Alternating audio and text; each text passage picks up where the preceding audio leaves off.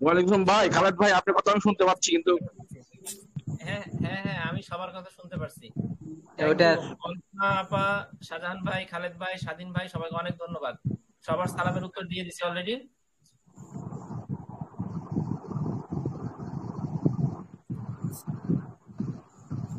কথা শুনতে পারতেছেন না সবাই? জি ভাই, এখন শোনা যাচ্ছে ইনশাল্লাহ। আচ্ছা, জি। তাহলে আজকে আমাদের হচ্ছে তৃতীয় অধ্যায় পড়ার কথা। স্পেশাল ক্লাসগুলো হচ্ছে আর কি, আমরা তো একবার শেষ করছি 9টা অধ্যায় 13টা ক্লাসের মাধ্যমে, ঠিক আছে। এখন প্রত্যেকটা অধ্যায়ের জন্য এক একটা স্পেশাল ক্লাস। তা প্রথম দ্বিতীয় স্পেশাল ক্লাস হয়েছে, আজকে হচ্ছে তৃতীয় স্পেশাল ক্লাস, অর্থাৎ মৌলিক ব্যবস্থাপনার তৃতীয় অধ্যায় আমরা পড়ব। আপনাদের সবার সামনে যদি মূল বই থাকে তাহলে একটু কষ্ট করে মূল বইটা বের করেন। আসলে বই বের করতে হবে, তো বই বা নোট যে কোনো কিছু একটা বের করতে হবে সামনে।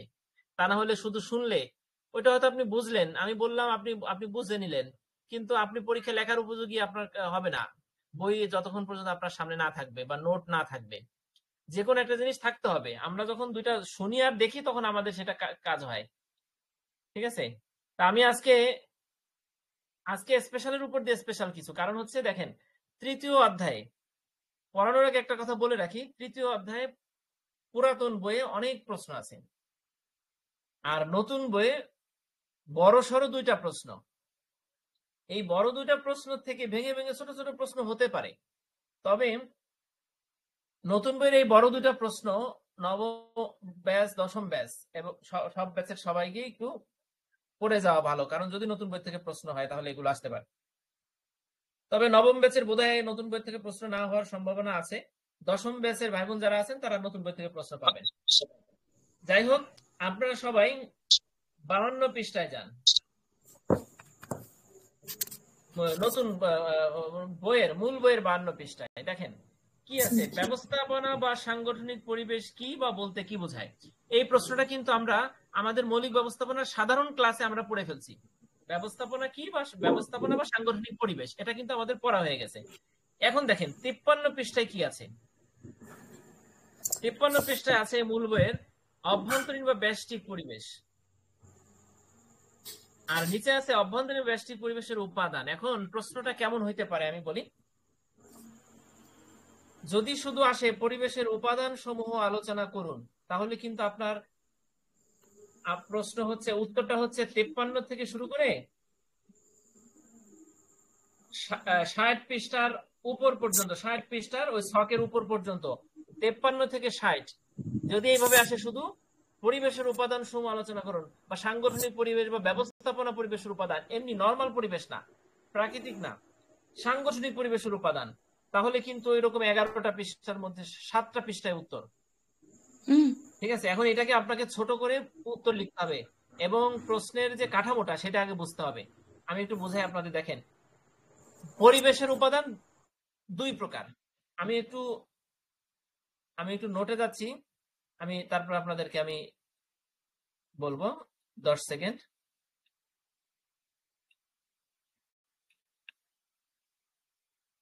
দেখেন, প্রশ্নটা হবে এরকম,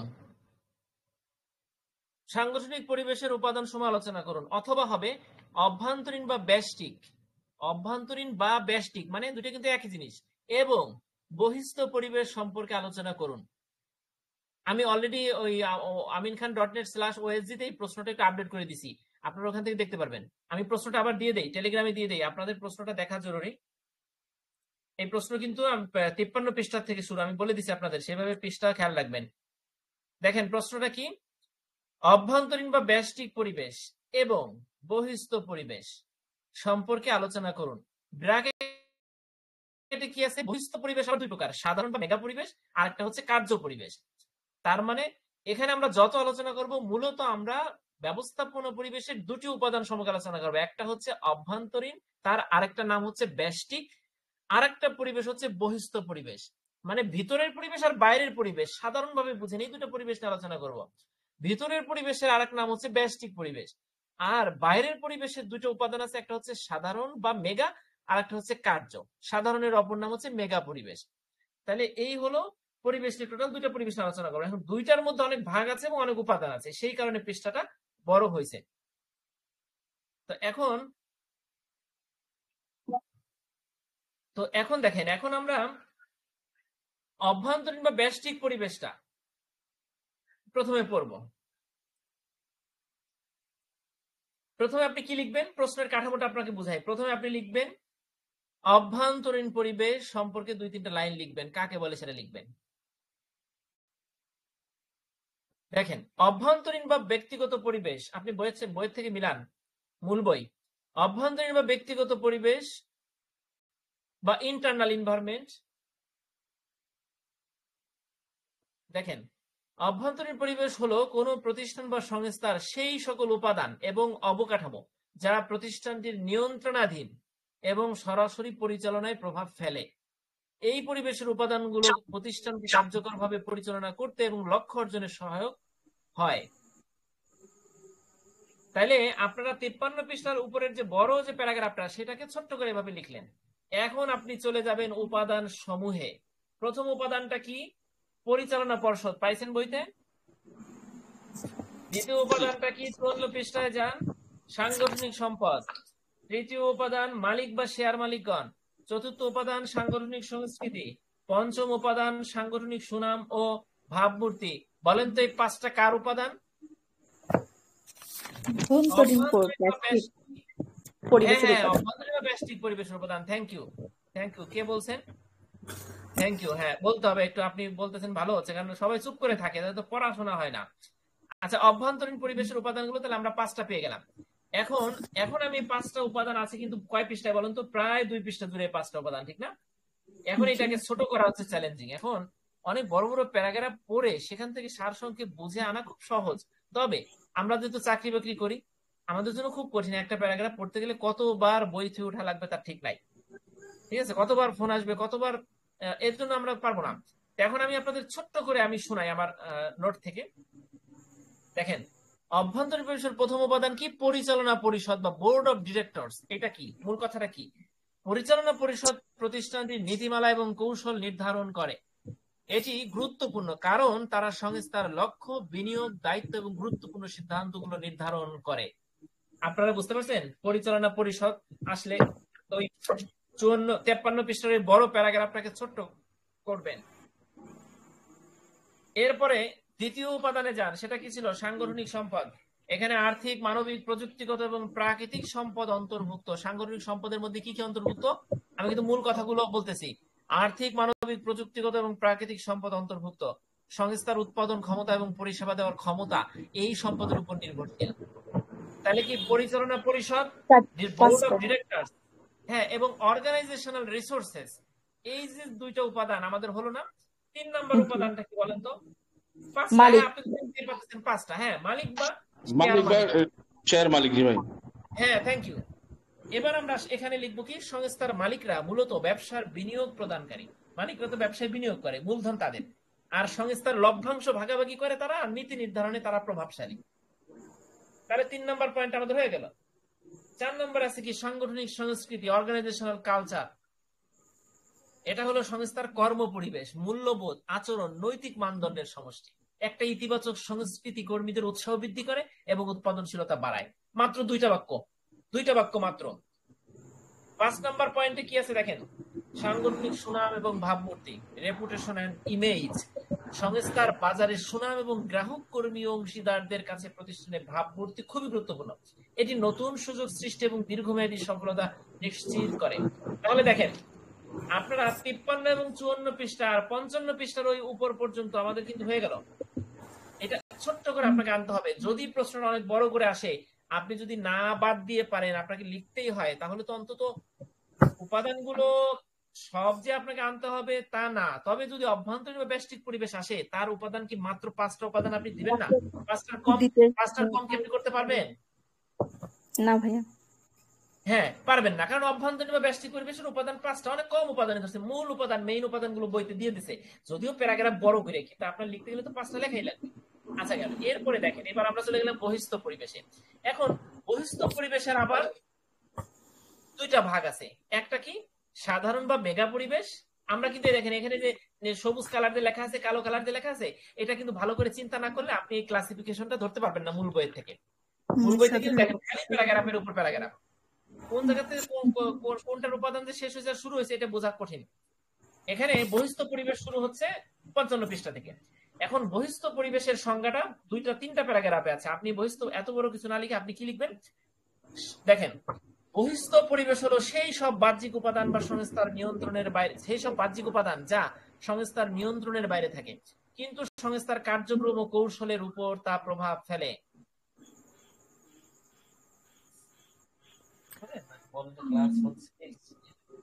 বুঝছি। আচ্ছা দেখেন, বহিস্থ পরিবেশের প্রভাব বুঝতে পারা গুরুত্বপূর্ণ যাতে সংস্থা বাজারের চাহিদা, আইন, অর্থনীতি এবং প্রযুক্তির সাথে মানিয়ে চলতে পারে। কেন এই কথা বললাম? কারণ বহিস্থ পরিবেশ মানে হচ্ছে বাজার, আইন, অর্থনীতি, সরকার, পরিবেশ, এগুলো, ঠিক আছে, প্রযুক্তি, এগুলো তো বাইরে থেকে আসে, বাইরের উপাদান। আপনি বহিস্থ পরিবেশ কাকে বলে এবং সেই উপাদানগুলো কি সেগুলো নিয়ে আপনি লিখলেন, এরপরে লিখবেন ছোট্ট করে 3-4 লাইনে লিখলেন। ভাই এখানে এক আছে মিনিট বলছি, এক মিনিট কথা শোনেন। বলছি কোন লেখকের একটাকে উদাহরণ দেওয়া যাবে না এর ভেতরে? হ্যাঁ হ্যাঁ শোনেন, লেখকের উদাহরণ দেওয়া যাবে কিন্তু পরীক্ষায় বসে তো আমি দেখছি ফার্স্ট সেমিস্টারে খুব চ্যালেঞ্জিং, 3 ঘন্টায় 80 মার্কের অ্যান্সার ভালো করে লিখতে পারাটা খুব কঠিন, কোনো মতে অনেকে লিখে আসতে তাও পারে না।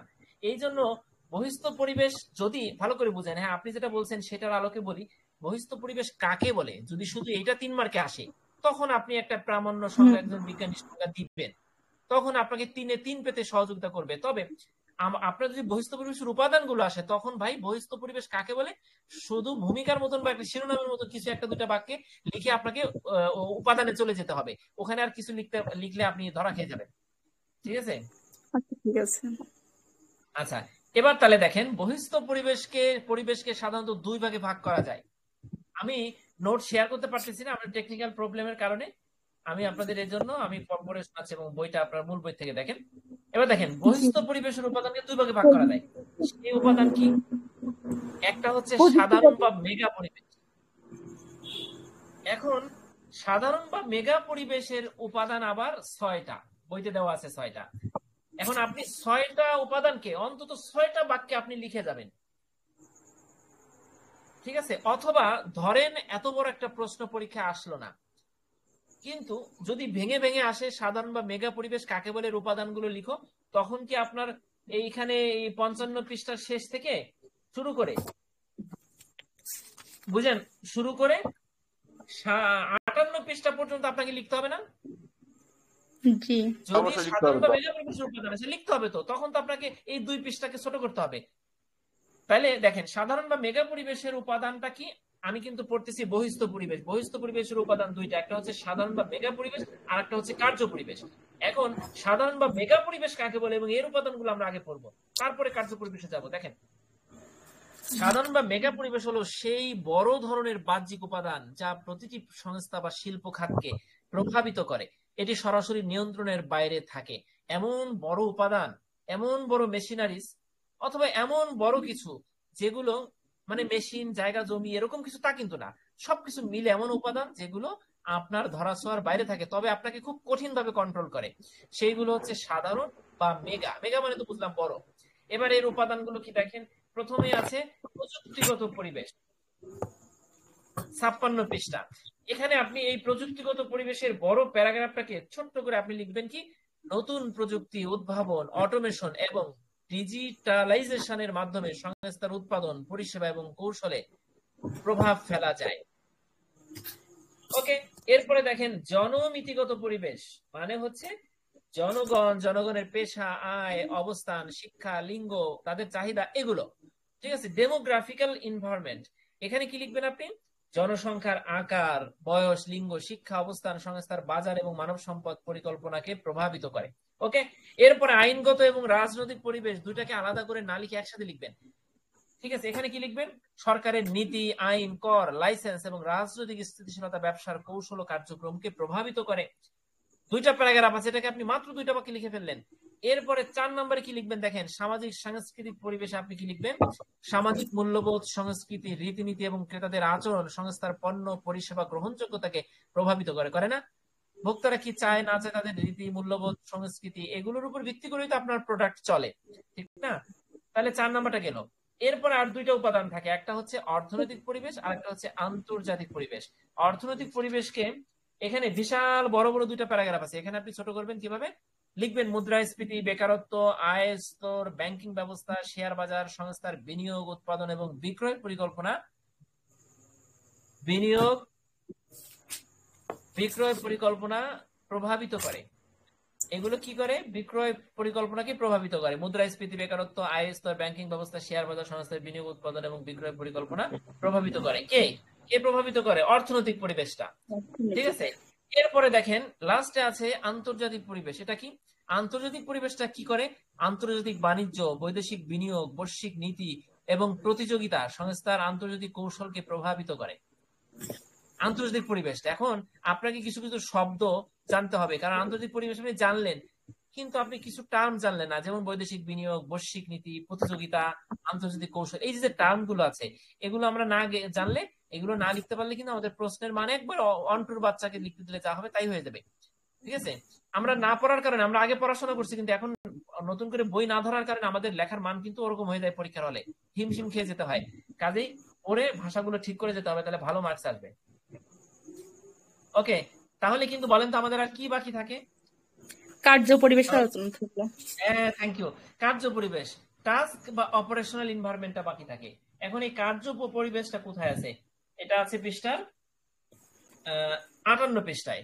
কার্য পরিবেশটা কি? প্রথমে লিখবেন দুইটা লাইনে, লিখবেন কার্য পরিবেশ হলো সেই বাহ্যিক উপাদান যা সংস্থার দৈনন্দিন কার্যক্রম এবং বাজারে সরাসরি প্রভাব ফেলে। মানে কি প্রোডাক্ট উৎপাদন করলে, প্যাকেজিং করলেন, ওটা পাঠালেন, এই সব কিছু, শ্রমিক ম্যানেজমেন্ট করলেন, এইগুলো।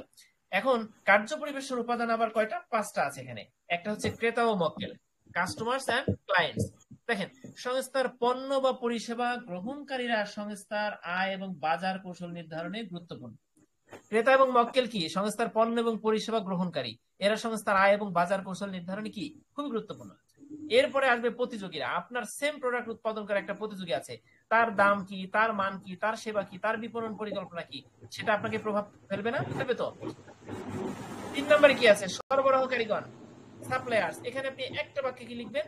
কাঁচামাল, যন্ত্রপাতি এবং অন্যান্য সম্পদের সরবরাহ সংস্থার উৎপাদন এবং কার্যকারিতা নির্ভর করে। কাদের উপর নির্ভর করে? সরবরাহকারীগণের উপর নির্ভর করে। কাঁচামাল, যন্ত্রপাতি, অন্যান্য সম্পদের সরবরাহ ওনাদের উপর নির্ভর করতেছে। শ্রমিক সরবরাহতে কি লিখবে? দক্ষ অভিজ্ঞ মানব সম্পদ সংস্থার কার্যকারিতা এবং প্রজেক্ট সম্পাদনের ক্ষমতাকে প্রভাবিত করে। ঠিক আছে, আর সরকারি এজেন্সি সমূহের মধ্যে কি লিখবেন? নিয়ম নীতি, কর, লাইসেন্স, নিয়ন্ত্রণ সংস্থা, পরিবেশ অধিদপ্তর, এগুলো তো আপনাকে বিভিন্ন এজেন্সি, এগুলো সরাসরি আপনার কার্য পরিবেশকে, হুট করে আপনি অবৈধ প্রোডাক্ট উৎপাদন করলে ওরা এসে আপনার প্রোডাক্ট বন্ধ করে দেয়। ঠিক আছে, ওরা বিভিন্ন লাইসেন্স, কর, ট্যাক্সের মাধ্যমে আপনার কার্য পরিবেশকে কন্ট্রোল করে। ঠিক আছে, এই হলো কার্য পরিবেশের 5টা উপাদান। এরপর আপনি ছোট্ট করে 2টা বাক্যে একটা ভূমিকা লিখে দিবেন। সফল কি লিখবেন? সফল সংস্থাগুলো উভয় ধরনের পরিবেশের বিশ্লেষণ করে তাদের কৌশল, মানব সম্পদ উৎপাদন, বাজার পরিচালনা করে। যেহেতু আপনি অনেক উপাদানের কথা বললেন, তাই লিখবেন যে উভয় বা সকল উপাদানের পরিবেশের বিশ্লেষণ করে তারা তাদের উৎপাদন, মানব সম্পদ, সেবা, বাজারজাতকরণ প্রক্রিয়া, এগুলো তারা করে থাকে। ঠিক আছে, তাহলে আজকে আমার এই কথা বলার যে উদ্দেশ্যটা, সেটা হচ্ছে আপনারা এই 3য় অধ্যায়ের 7 পৃষ্ঠার একটা প্রশ্নকে আপনারা বুঝতে পারছেন সবাই? এটা কিভাবে ছোট করতে হবে এবং কিভাবে এটার কাঠামোটা আয়ত্তের মধ্যে আনতে হবে। জি, বুঝতে পেরেছি ভাই। জি, সবাইকে অনেক ধন্যবাদ বুঝতে পারার জন্য, থ্যাংক ইউ। আচ্ছা, এরপরে আর একটা প্রশ্ন আছে এই বইতে, সেই প্রশ্নটা কি বলেন? পরিবেশগত প্রভাব ব্যবস্থাপনার পন্থা সমূহ। হ্যাঁ হ্যাঁ, থ্যাংক ইউ। দেখেন, এইখানে শুধুমাত্র শখের দিকে তাকাই আমরা আজকে পড়বো। আর এখানে অনেকগুলো 4 পৃষ্ঠা, এটা না 7 আর 4 পৃষ্ঠা, 4 পৃষ্ঠা তো আমরা সব লিখবো না। তবে আমরা কি মুখস্থ করবো? দেখেন, এখান থেকে এই শখটা মুখস্থ করতে হবে।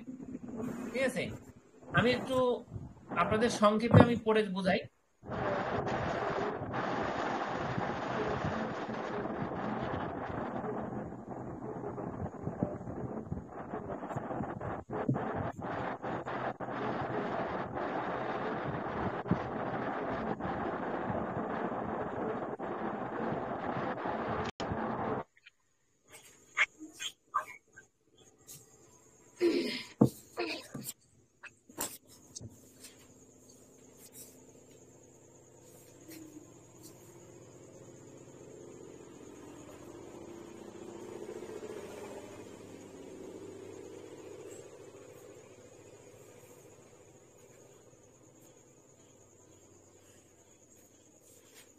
আচ্ছা দেখেন, পরিবেশগত প্রভাব ব্যবস্থাপনার পন্থাসমূহ আলোচনা করুন, এই প্রশ্নটা যদি আসে তাহলে আপনি ওই ছকের উপরে যে ভূমিকাটা আছে ওটা ওখানে অনেক, এখানে দেখেন অনেক বিজ্ঞানীর নাম আছে, থমসন, কট্টার, হ্যাঁ পাইছেন। এখানে আপনি জি। বার্টল, মার্টিন এগুলো আপনি দিতে পারেন। ঠিক আছে, যদি এগুলো তো যেহেতু সংজ্ঞা না, কাজে আপনার এগুলো দেওয়া অপ্রাসঙ্গিক এবং অতিরিক্ত হয়ে যাবে। এখানে যদি এটা সংজ্ঞা থাকতো তাহলে এই নামগুলো আপনি আনতেন, তবে আপনি যদি আনতে পারেন ভালো। আমি সংক্ষেপে একটু বলি, পরিবেশগত প্রভাব ব্যবস্থাপনার পন্থা এখানে দেখেন, পন্থা হচ্ছে কয়টা, একটা হচ্ছে অভিযোজন কিভাবে করবেন, আর আনুকূল্য অর্জনের চেষ্টা কিভাবে করবেন, আর একটা হচ্ছে অন্যান্য কৌশল এবং পন্থা, তিনটা। তিনটা। এবং তিনটা। তিনটার থেকে আবার ওইখানে প্রথমে আছে চারটা, পরে আছে আটটা, তারপরে আছে আবার তিনটা। ঠিক আছে, তো এইখানে এই বিষয়টা কি, প্রশ্নটা একটু বোঝাই, আমি পড়ি দেখেন। পরিবেশগত প্রভাব ব্যবস্থাপনা সংস্থাকে তার অভ্যন্তরীণ এবং বহিস্থ পরিবেশের, ভালো করে বুঝেন, পরিবেশগত প্রভাব ব্যবস্থাপনা মানে কি, পরিবেশের যে প্রভাবটা, আমরা একটু আগে যে পরিবেশের উপাদান পড়লাম, সেই উপাদানগুলো কিন্তু আমাকে আমার কোম্পানিতে বা আমাকে কিন্তু প্রভাবিত করতেছে নানান ভাবে। এই প্রভাবটা কিভাবে আমি ব্যবস্থাপনা করবো, কিভাবে প্রভাবটা সামাল দিব, কিভাবে প্রভাবের সাথে আমি নিজের অ্যাডাপ্টেশন ঘটাবো। ঠিক আছে, এই এইটাই হচ্ছে পরিবেশগত প্রভাব। এখন পরিবেশগত প্রভাব ব্যবস্থাপনা করতে হবে প্রতিটি প্রতিষ্ঠানকে, এই ব্যবস্থাপনা করতে হয় এবং করার জন্য কিছু পন্থা আছে, পথ আছে।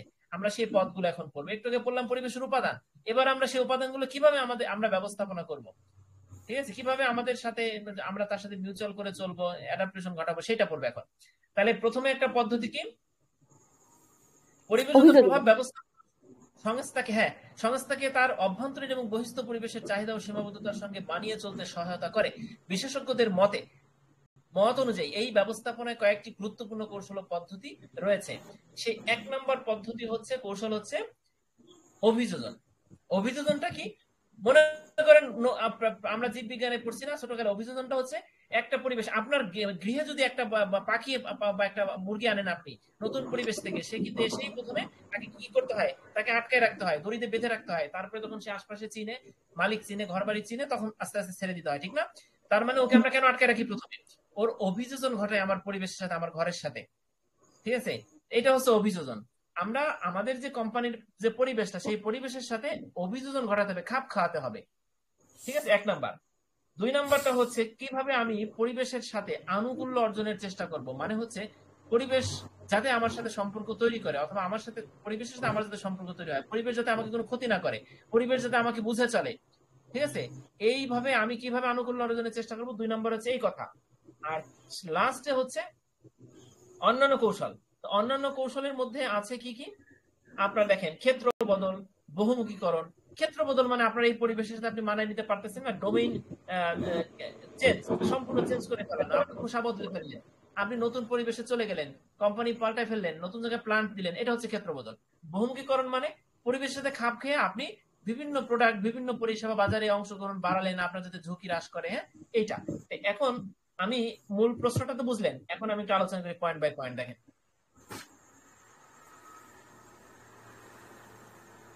আপনারা কিন্তু সবাই বই বের করবেন, ঠিক আছে, বইটা হচ্ছে 60 পৃষ্ঠা। দেখেন, এটা ছোট্ট করে নোটে আছে, কিন্তু নোটটা আমি দেখাতে পারতেছি না, আমি টেকনিক্যাল প্রবলেমের কারণে। আচ্ছা আমি এবার পড়ি। দেখেন এবার অভিযোজন। অভিযোজন হলো সংস্থা তার পরিবেশের চাহিদা ও পরিবর্তনের সাথে নিজেকে মানিয়ে নেওয়ার প্রচেষ্টা। সংস্থা সরাসরি পরিবেশের সঙ্গে সংঘর্ষ না করে পরিবেশের পরিবর্তনের সাথে খাপ খাইয়ে নেয়। এই যে 2টা বাক্য, এই 2টা বাক্য দিলেই অভিযোজনের ভূমিকাটা হয়ে যাবে। এবার আমরা অভিযোজনের পদ্ধতিগুলো লিখবো। পদ্ধতি কয়টা আছে, বাফারকরণ, মসৃণকরণ, পূর্বাভাসকরণ, সীমিতকরণ, 4টা জিনিস। এখন মসৃণকরণ বুঝতে পারছেন, পূর্বাভাসকরণ বুঝতে পারছেন, সীমিতকরণ বুঝতে পারছেন, বাফারকরণটা কি?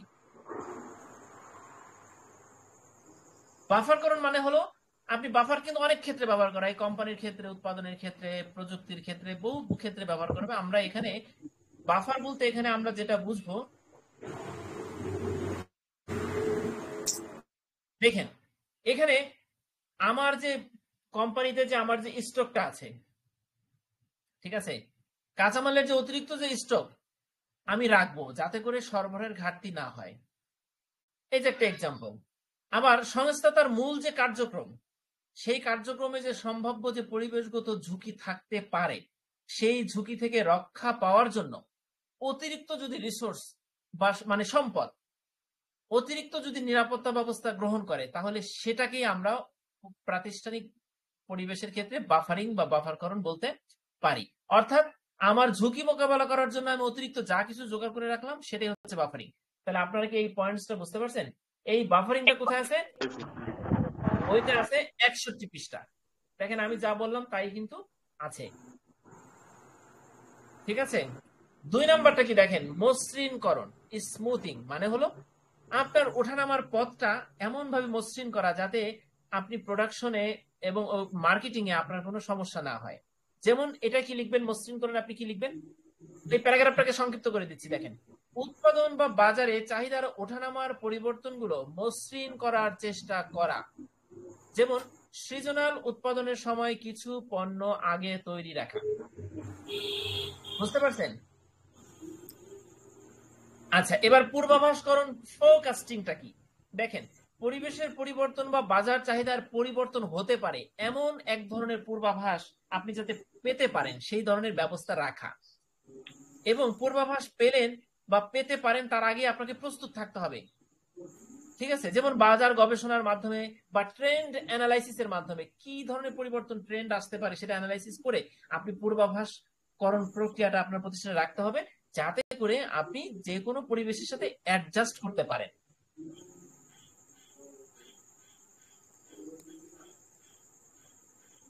ঠিক আছে, এরপরে দেখেন সীমিতকরণটা কি।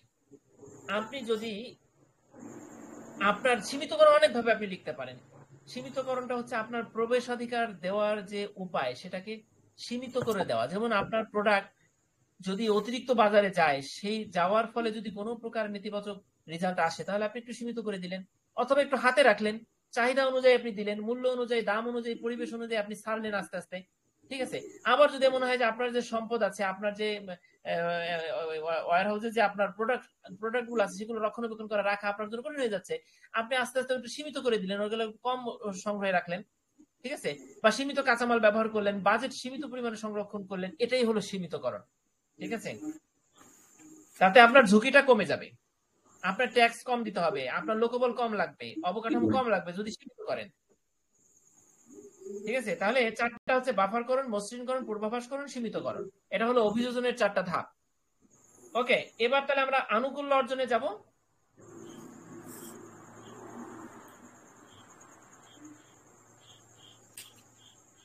আচ্ছা দেখেন, আনুকূল্য অর্জন চেষ্টা, এটার মধ্যে কয়টা আছে উপাদান?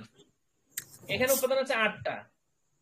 এই 8টা উপাদানকে আপনি অবশ্যই ছোট করে লিখতে হবে, তা না হলে কিন্তু সম্ভব না। আর এই ধরনের প্রশ্ন ভেঙে ভেঙে আসবে হয়তোবা, ঠিক আছে। আবার একেবারে যে ভেঙে আসবে তা কিন্তু না, কারণ বিভিন্ন সময় কিন্তু 8 মার্কে অনেক বড় বড় প্রশ্ন আসছে, এমনকি 2টা বড় প্রশ্ন জোড়াই দিছে, তখন তাৎক্ষণিকভাবে আপনার আপনার সময় অনুযায়ী, আপনার মার্কস অনুযায়ী আপনাকে কিন্তু ওটা ছোট বড় করে লিখতে হবে আর কি।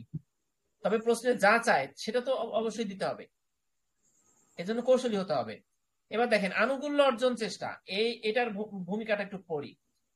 এই কৌশলের অধীনে সংস্থা সরাসরি পরিবেশের সঙ্গে সম্পর্ক স্থাপন বা প্রভাবিত করার চেষ্টা করে।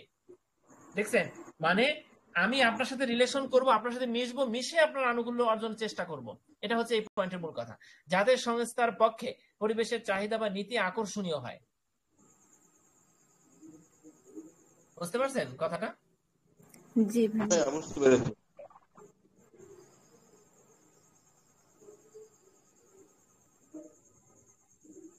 আচ্ছা, এবার দেখেন আনুকূল্য অর্জন চেষ্টার মধ্যে কি কি আছে। বিজ্ঞাপন ও জনসংযোগ, আপনি বিজ্ঞাপন দিলেন প্রচুর পরিমাণে, জনসংযোগ করলেন, তাহলে আপনার মতামত তৈরি হচ্ছে, গ্রাহকের চাহিদা ইতিবাচক ভাবে আপনার দিকে যাবে। এখানে কি লিখবেন এই পয়েন্টে, সংস্থা তার কার্যক্রম, সাফল্য এবং সামাজিক দায়বদ্ধতা নিয়ে জনমত ও গ্রাহকদের কাছে ইতিবাচক ভাবমূর্তি তৈরি করতে বিজ্ঞাপন ও জনসংযোগের আশ্রয় নিবে। 2 নম্বরে কি আছে, আওতা বর্ধিতকরণ।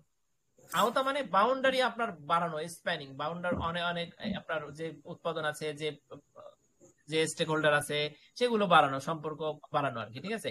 যেমন ধরেন, সংস্থা কি করবে, বাহ্যিক সংস্থা, গ্রাহক, সরকার বা অন্যান্য গুরুত্বপূর্ণ স্টেক হোল্ডারদের সাথে সম্পর্ক স্থাপন করবে, সমন্বয় বজায় রাখবে, নিত্য নতুন সম্পর্ক তৈরি করবে, তাদের সাথে বিভিন্ন সভা সেমিনার করবে, তাহলে আওতা বাড়বে তাদের, ঠিক আছে, বাহ্যিক পরিবেশের আওতা।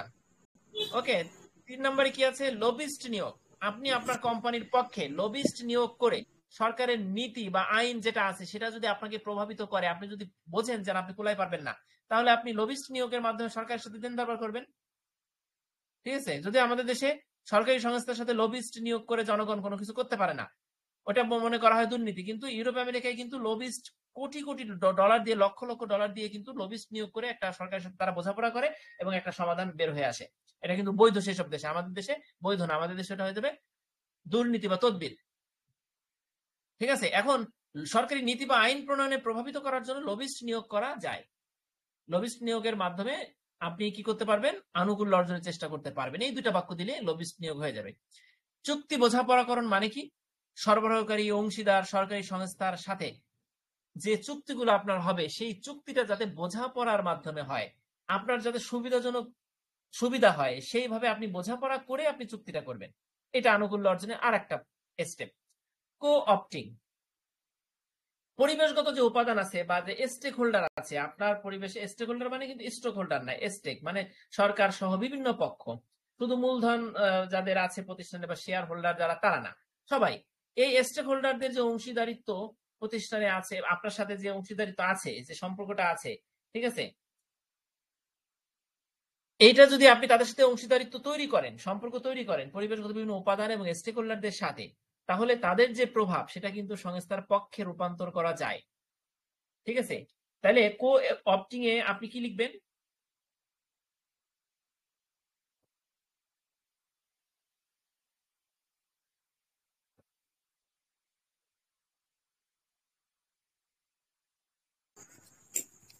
আপনি কো অপটিং এ লিখবেন পরিবেশগত উপাদান বা স্টেক হোল্ডারদের অংশীদারিত্ব ও স্টেক হোল্ডারদের সাথে সম্পর্ক স্থাপন করে তাদের সাথে অংশীদারিত্ব গ্রহণ করে তাদের প্রভাবকে সংস্থার পক্ষে রূপান্তর করা। ঠিক আছে,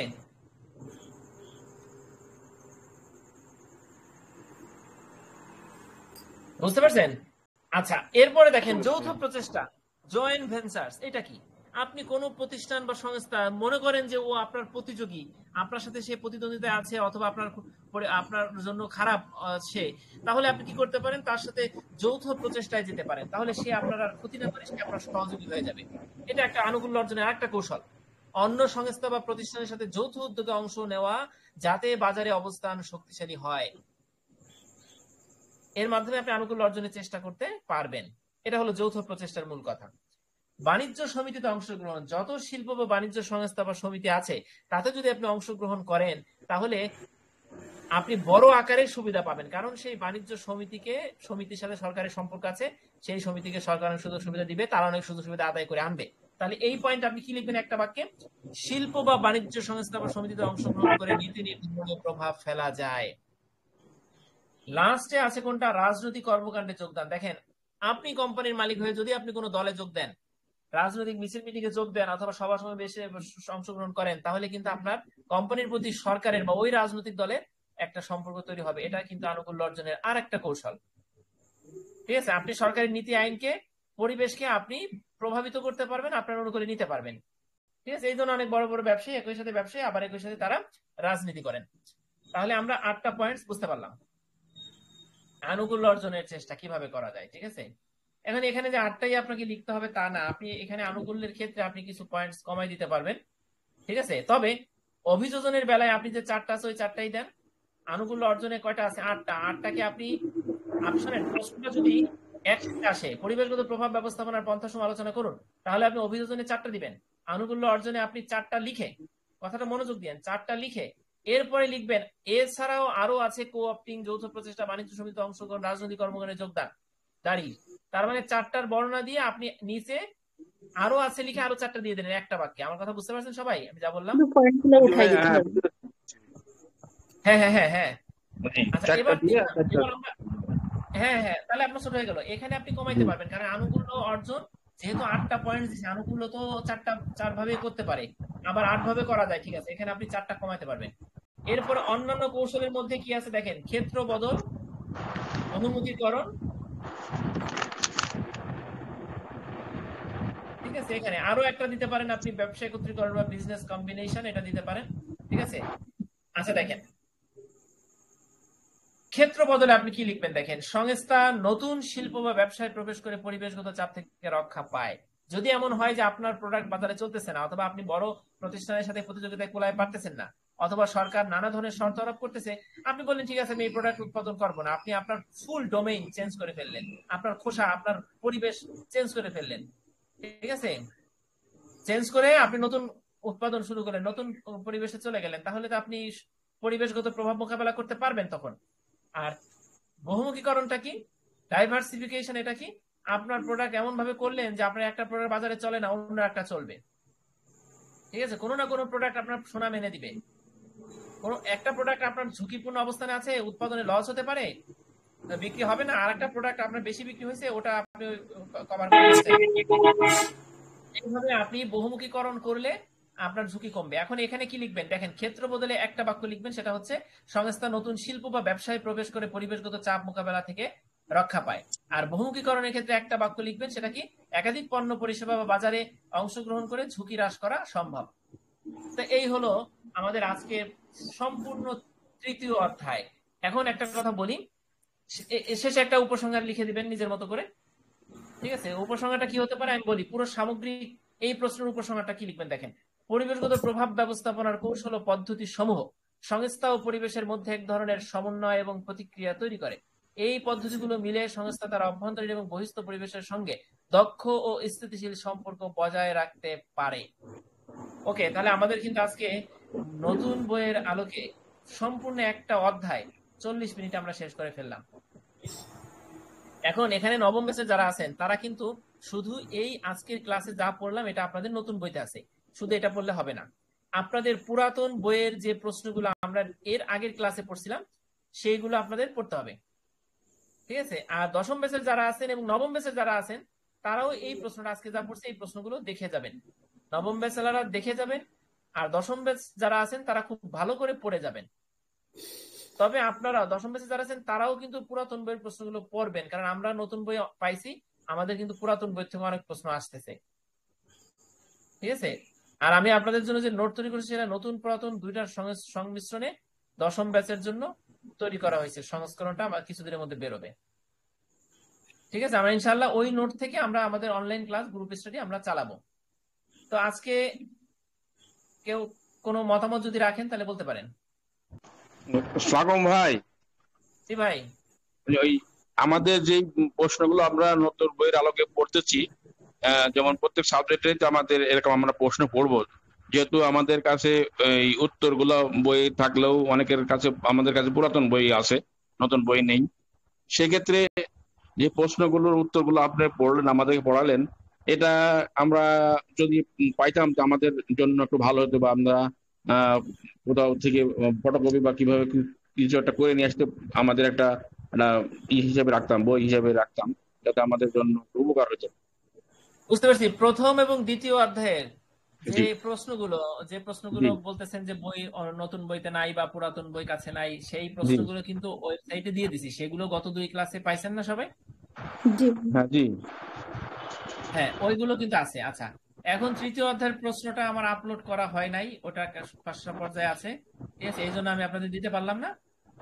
এবং দিতে পারলাম না বিধায় বইয়ের থেকে আমি কিন্তু আলোচনা করে দিছি সংক্ষিপ্ত পরিসরে, জি জি ভাই, জি ভাই, এটাই আর কি। আর এরপরে আমরা যে বাকি যে অধ্যায়গুলো আছে সেখানেও আমাদের নতুন বই পুরাতন বই অবশ্যই অমিল আছে, তবে অনেক প্রশ্ন আছে কিন্তু কমন কমন প্রশ্নগুলোর দিকে অবশ্যই খেয়াল রাখবেন, ঠিক আছে। আর জি ইনশাল্লাহ যে প্রশ্নগুলো অতিরিক্ত সেটা আমি ক্লাসে তো খোলামেলা ভাবে আলোচনা করতেছি, ইনশাল্লাহ সেগুলো জি আপনাদের বিভিন্ন ভাবে আপনারা পাবেন, শেয়ার হবে, জি ভাই, জি ঠিক আছে। জি ভাই। আচ্ছা ঠিক আছে, তাহলে আর কেউ কিছু যদি না বলেন তাহলে আমরা রেখে দিব। আর হচ্ছে আপনাদের, ঠিক আছে, তাহলে এই পর্যন্তই। আমরা ইনশাল্লাহ 10টা থেকে আমাদের আরেকটা ক্লাস আছে, সেটা হচ্ছে কর্পোরেট ফিনান্স, সেটার আছে প্রথম অধ্যায়ের সর্বশেষ অংশ। প্রথম অধ্যায়ের গতকালকে একটা ক্লাস করছি, আর আজকে একটা ক্লাস করলাম। লাস্টে 3টা প্রশ্ন আছে, জি ভাই। হ্যাঁ, 3টা প্রশ্ন আছে, জি জি তো জি সবাই ইনশাল্লাহ থাকার চেষ্টা করবেন। নবম ব্যাচে যারা আছেন স্পেশালি তাদের জন্য খুব দরকার, আর জি অষ্টম ব্যাচে যারা তারা ইনশাল্লাহ পড়বো। তো এ পর্যন্তই আজকে। আল্লাহ সবাইকে ভালো রাখুন। জি, আসসালামু আলাইকুম ভাই। ওয়ালাইকুম আসসালাম। ওয়ালাইকুম আসসালাম।